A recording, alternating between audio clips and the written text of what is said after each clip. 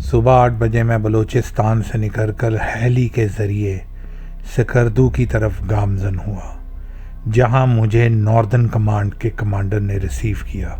हाँ भी यार, क्या सीन है, इसको कैसे करना है? मेरा तो ये ख्याल है कि तुम एक अपनी टीम को डेवलप करो, हैंड पिक बंदे लो और उसके बाद हम इस ऑपरेशन को देखते हैं कि इसको कैसे करना है। क्या कहते हो? बिल्कुल ऐसे ही है सर, हमें थोड़े से बंदे चाहिए होंगे जो हमारे पुराने वेटरन्स हैं, जो हमारे साथ वहाँ मौजूद थे, जिनको एरिया का पता है, टेरेन का पता है।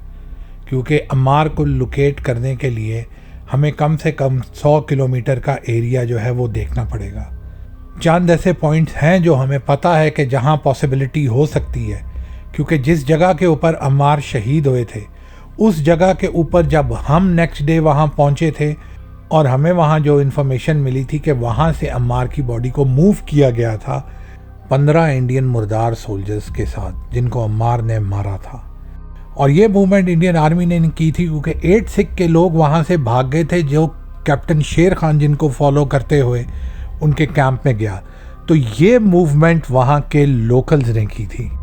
ये खबर हमारी पक्की है। ये मूवमेंट इंडियन आर्मी ने नहीं की, ना ही उनके पोर्टर्स ने की, क्योंकि पोर्टर्स भी वहाँ से भाग गए थे। ये लोग वहाँ के लोकल्स थे जिन्होंने इन बॉडीज़ को वहाँ से मूव किया और फिर किसी जगह के ऊपर जाके इनको दफनाया। तो ये हमें चीज़ देखनी है कि जहाँ कैप्टन अम्मार शहीद हुए वो पॉइंट अक्रॉस टाइगर हिल है, अक्रॉस राइनो हॉर्न हिल है, यानी NH1 की तरफ। हमारे कमांडिंग सेंटर से आप कह लें 28 किलोमीटर दूर। और ये 28 किलोमीटर का जो ट्रेन है, जहां हमारी थोड़ी सी पोस्टें हैं जो कि ऑक्युपाइड इंडियन ट्रेन के अंदर ये आता है, उसके बाद हमें आगे जाके पहले तो इसको सारे को हमें प्रॉपरली कंट्रोल करना पड़ेगा और उसके बाद हमें टाइगर हिल के अक्रॉस जहाँ से हमारी विजिबिलिटी इंडिया के लिए 100% होगी, वहाँ जाके हमें अपने सर्च ऑपरेशन को स्टार्ट करना है। और आप ये कह लें कि स्क्वायर किलोमीटर के हिसाब से 70 से 80 स्क्वायर किलोमीटर का एरिया जो है हमें देखना पड़ेगा।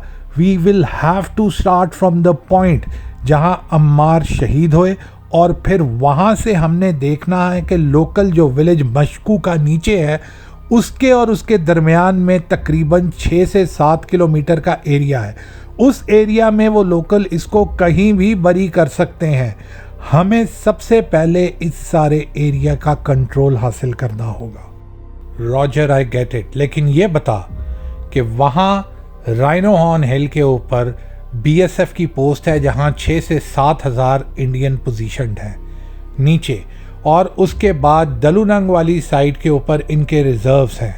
तो जब हम ये सारी चीज़ें करेंगे तो इनकी कम से कम 20 से 25 हज़ार की जो नफरी वहाँ मौजूद है वो एक्टिवेट होगी।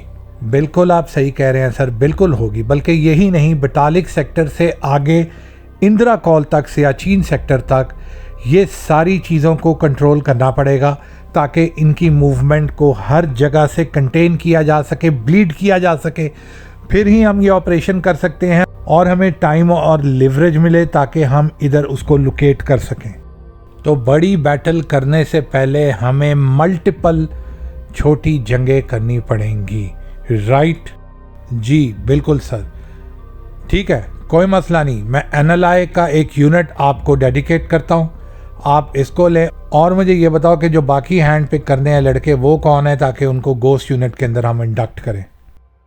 सर उनको मैं करता हूँ। आप कैप्टन असद का जो यूनिट है SSG वाला, उसको हमारे साथ भेज दें। ये हमें कम से कम 600 से 700 लोग चाहिए होंगे इस पूरे एरिया को कैप्चर करने के लिए, जिसके अंदर इंडिया की टोटल इस वक्त 70 से 75 हज़ार फोर्स मौजूद है।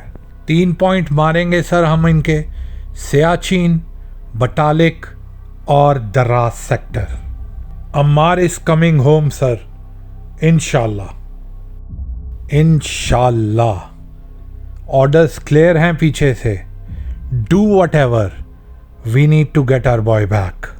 70,000 के बजाय 7 लाख फौज इनकी उड़ानी है, उड़ा दो।